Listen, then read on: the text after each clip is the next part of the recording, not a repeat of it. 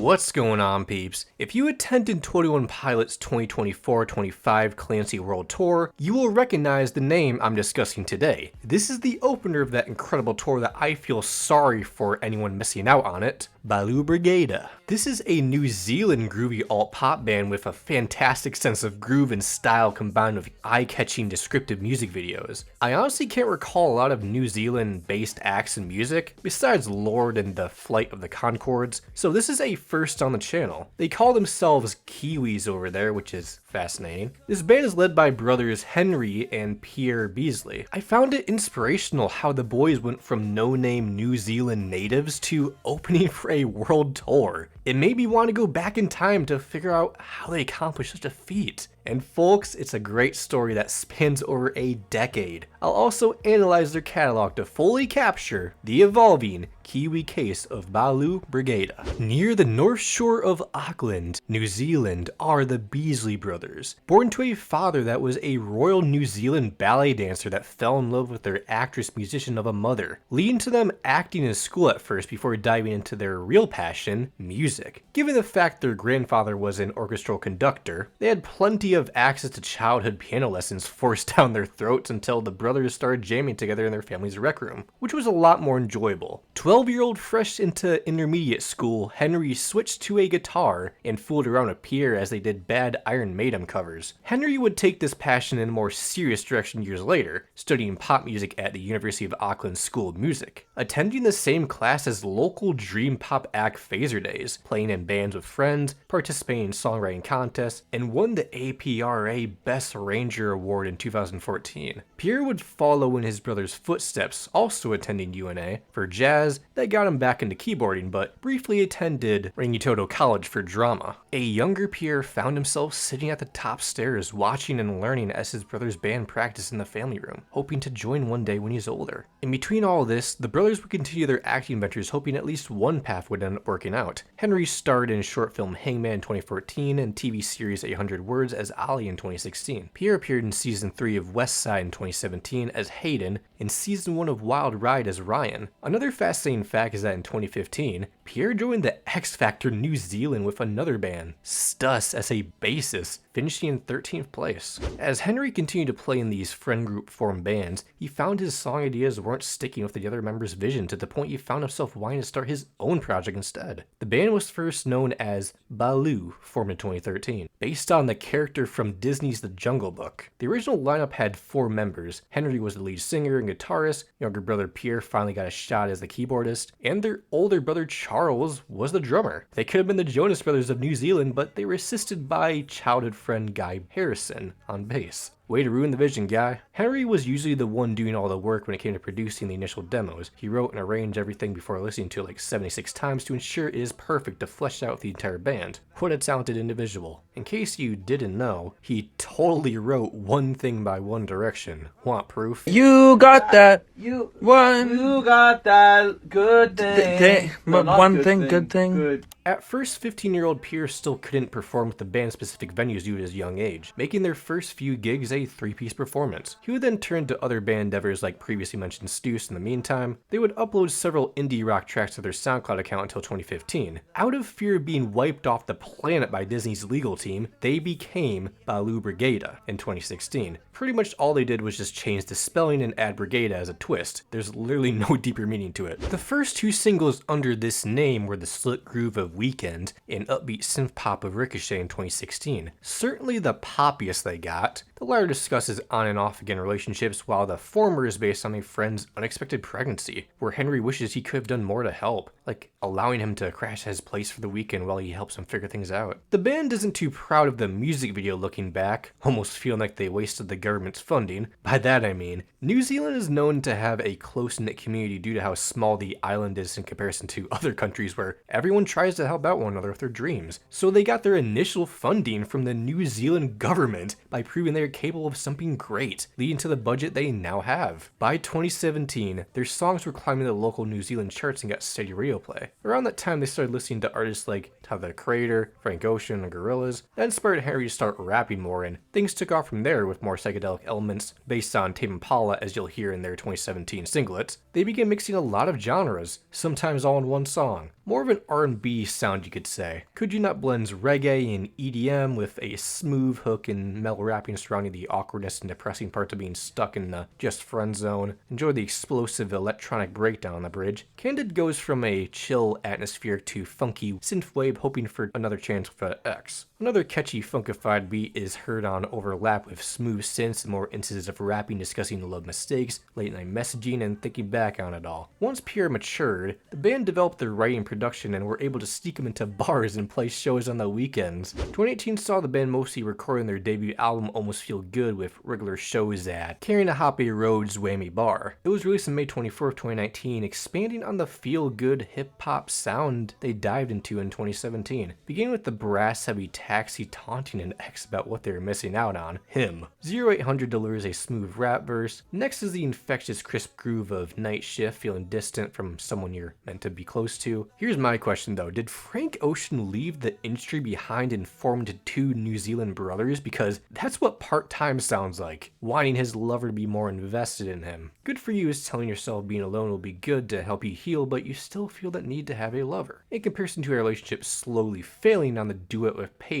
slow dive. The electropop of nostalgia, needing a break from adulthood and turning to comfortable childhood memories. Danger Zone is a toxic relationship on the edge of ending. The most popular tune here is Old Love, trying to avoid a old flame but failing. Concluding with a messy relationship conversation on the chillax Skype call. RIP Skype. Unfortunately, we would get some bad news. Changes in the lineup in 2019. Charles and Guy were still performing live with the band, but Pierre and Henry were the only ones still actively writing and recording new music in their garage. Charles and Guy were basically session musicians now and not active band members. They eventually left Baloo for good by the end of 2019. No bad blood, those two just had other things going on and couldn't put as much time into this band. Guy was a part of multiple other bands, and Charles has a pharmaceutical career now. So Henry and Pierre decided it made more sense to continue as a duo. Henry took charge as the older brother, naming himself lead guitarist and pushing Pierre to pick up bass. They had a lot more shoes to fit due to their absence, deciding to take time to learn more instruments and share vocal duties. Luckily, they acquired a drummer only for live events as well as a manager. They gained more confidence as independent musicians as a result, as they try to find their sound with various producers, as well as trying to produce everything themselves. Their playful first self-produced song as a duo, Medicine, became their biggest song at the time. It was enough steady momentum to give the boys confidence to keep moving as a two-piece. Moon Man would later take its place as their biggest song in 2020. The low-key nice to have someone to miss is realizing it's a privilege to have had something so meaningful that you actually miss it when it's gone, like a long-distance relationship. The Sims solo outro is pretty beautiful, like remembering every memory you had with this girl on a photographic memory.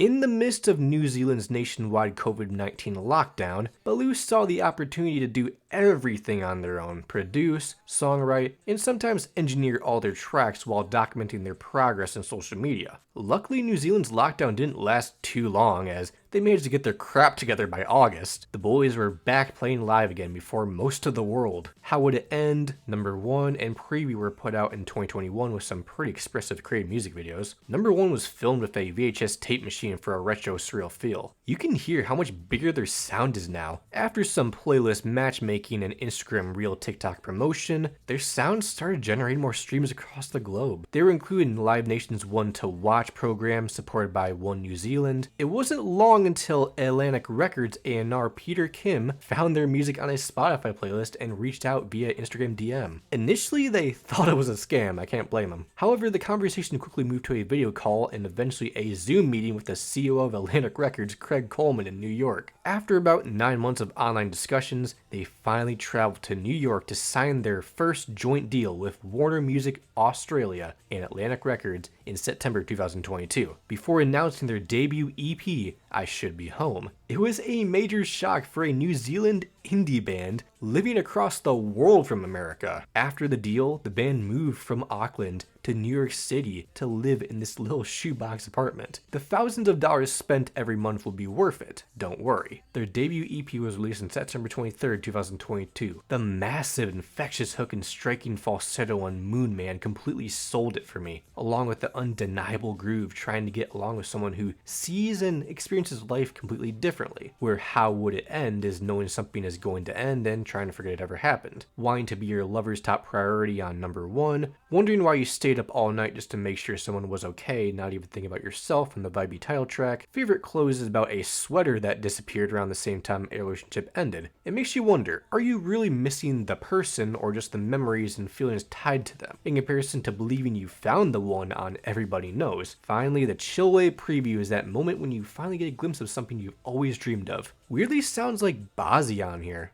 Remember that guy? The band found themselves traveling a lot, from New Zealand to Berlin to New York, trying to navigate relationships with family and lovers, to the point where any place they stayed in that night, they'd set up their equipment and record music even if it took up half the apartment. One trip on October 4th, 2022 was certainly infamous. Henry was on a flight to Berlin, where he sat near a screaming toddler. To pass the time, Beasley posted a TikTok about the experience, which garnered 11 million views. In this video, he exaggeratedly twitches his eyes while the toddler's screams echo in the background.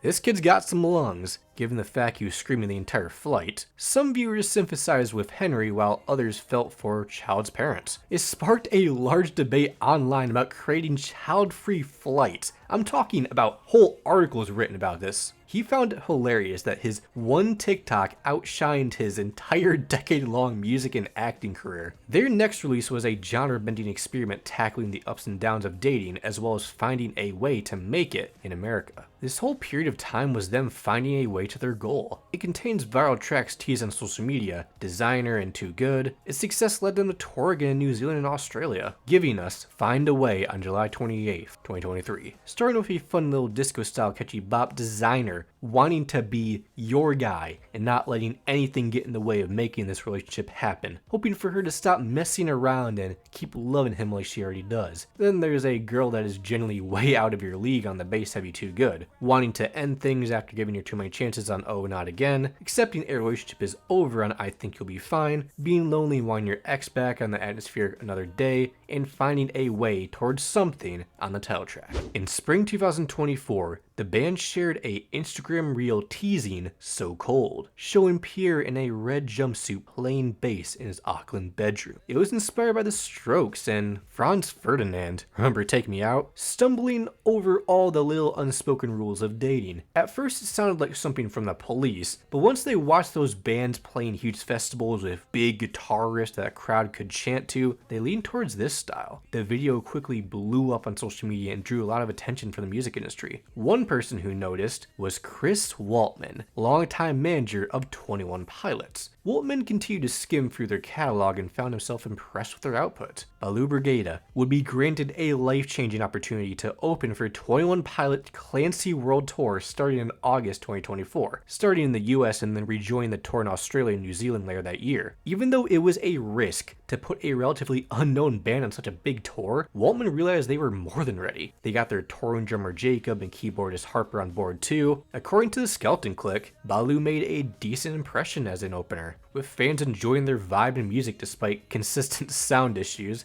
I agree with this statement. I wish I could have heard what they were saying better. While not everyone was blown away, they did gain new fans and were seen as a cool up-and-coming act with room to grow. I'm all for this massive band 21 Pilots that fills arenas across the globe using their platform to shine a light on upcoming artists that deserve it. Eventually So Cold arrived on June 7th, which has become their biggest hit to date. It rapidly picked up steam on streaming platforms thanks in part to its stylish music video with White Stripes inspired fashion and camera work, especially a feature in EA Sports FC 25 that doubled its weekly streams. Off the global exposure of this tour, Balu Brigada announced their first headline tour, Can't Be Your Dog, in October 2024. It took place in February and March 2025 with 4 shows across the US. By October, Waltman and his team started promoting So Cold to alt-rock radio. In March 2025, Baloo performed So Cold on Jimmy Kimmel Live, marking their US TV debut. It became their first song to reach the Billboard charts, weeks later climbing to #1 on their alternative airplay chart. Last month, in a Billboard interview, it was revealed Tyler Joseph and their manager Chris Waltman had formed a new label, Arrow Records, before the Clancy World Tour, with Balu Brigada being the first signee. It is an indie partnership with Atlantic and Warner Records. Fueled by ramen, dusted I fear. Excited to see what happens next for both bands. As of right now, Balu are finishing up recording their debut album Harlem, teasing the anticipated release with the hesitant commitment of The Question. It only took a decade to get here, and unless Henry has to sit through another flight of screaming children, I'd say the suffering was worth it. This is an electropop rock brotherly duo that you need to check out as soon as possible. I can see them getting even bigger from here. If you enjoyed this video and want to see more like it, make sure to like and subscribe for more bass content. I'll see you on the next one. Make sure to love all and peace.